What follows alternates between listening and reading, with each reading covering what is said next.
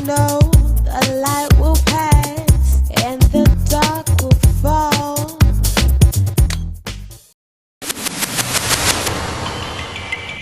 Since 1964, we've had this idea proposed by Englert, Brout and Higgs that empty space is like a medium, and as particles travel through this medium, some of them interact with it, some of them don't interact with it.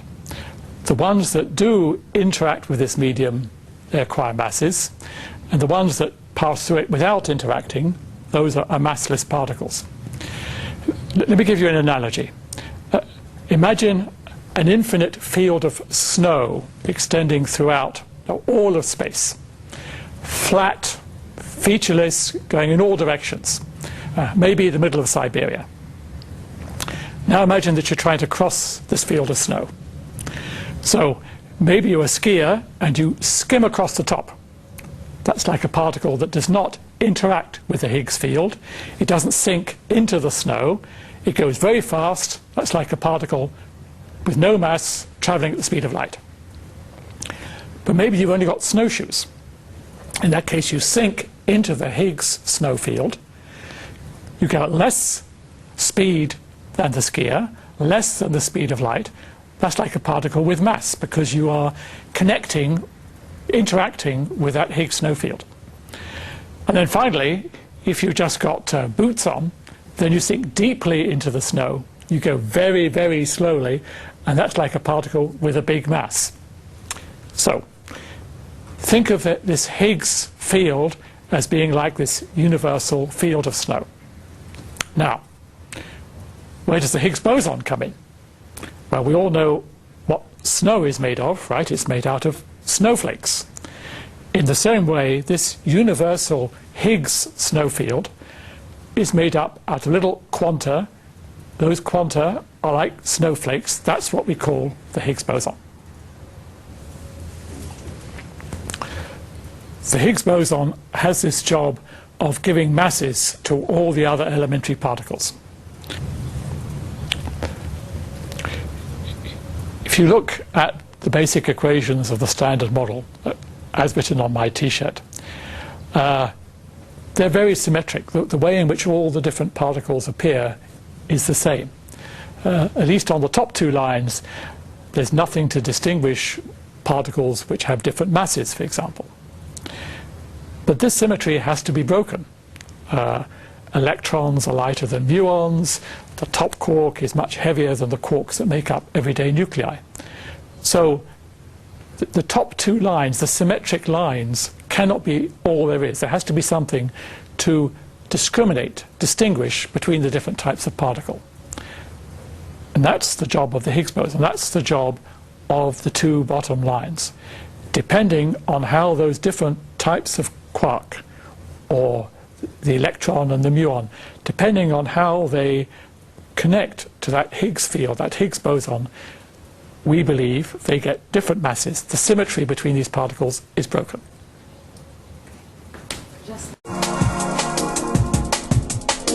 Rumours about imminent results on the Higgs boson from the Large Hadron Collider experiments are appearing in blogs, social media and newspapers all over the world. Meanwhile, thousands of physicists are carefully analysing the data, looking not only for the Higgs, but for many other new phenomena. First of all, the data had to be collected. The beams have particles and they are colliding, and we detect the products of these collisions in the different subdetectors that form a CMS. So it means that since the collision takes place until all the signature is recorded in a tape, this is the process of data taking. When the collisions take place, we need to have a very fast system that decides whether this collision is interesting or not. These data have then to be reconstructed using complex algorithms and the massive computing power of the grid. The data that we actually collect from the detector is raw data, which is just millions of voltage readings from all the different parts of the detector at the time that we had a collision. And so what we want in the physics analysis is more the reconstructed particles, so the energies and directions of the particles coming out of the collision. So we go from this raw data to this reconstructed data by running very sophisticated, complicated computer programs over the data in order to try and reconstruct the particles coming out of the collisions. And then this is what people use for doing the final physics analysis, for trying to find evidence of the Higgs or this kind of thing. They use these reconstructed particles. Then comes the data analysis, where the physicists search these events, looking for gems in a pile of rubble.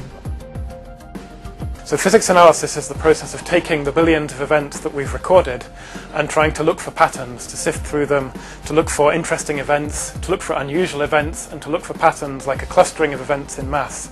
In the billions of events, we have perhaps a few thousand top quark events, for example, or perhaps just a handful of Higgs candidates if the Higgs boson exists. Other processes can accidentally mimic the same signature that we look for, these patterns that we look for, that may be produced by a top quark or a Higgs boson.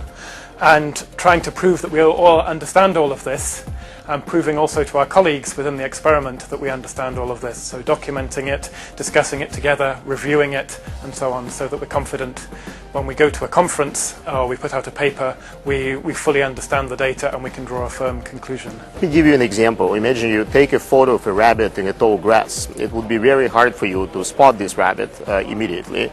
Now imagine that you take 20 more photos of just random landscape and you superimpose them on the picture of the rabbit. It will be even harder for you to spot this rabbit. And that's exactly the situation we are in, because accelerator performs so well that we get many additional collisions with the main collision where we want to find something interesting. If you know that rabbit is under the tree, we basically hide the part of the photo which contains the tree. Now what we want to do is to figure out where the rabbit is within the grass, between the long grass stems. And what we are trying to do, not looking at the place where rabbit is to figure out how we identify these stems. If we can remove the grass from our view, we basically would have just the rabbits. I think the most difficult thing at the moment, for example, is the time pressure. We've got all of this wonderful new data from the LHC, we've got the conference coming up, and we need time to analyse the data, we need time to understand what we're doing, to convince ourselves what we're doing, and balancing all of this, the time pressure, the time to analyse the data, the time to review, the time to write, is probably the most difficult thing. Knowing in advance where hints appeared last year could easily influence the way physicists look at the new data. This is why all the interesting data have been hidden in a black box, which is just being opened now. We will see what's in this box. Maybe a rabbit, maybe nothing.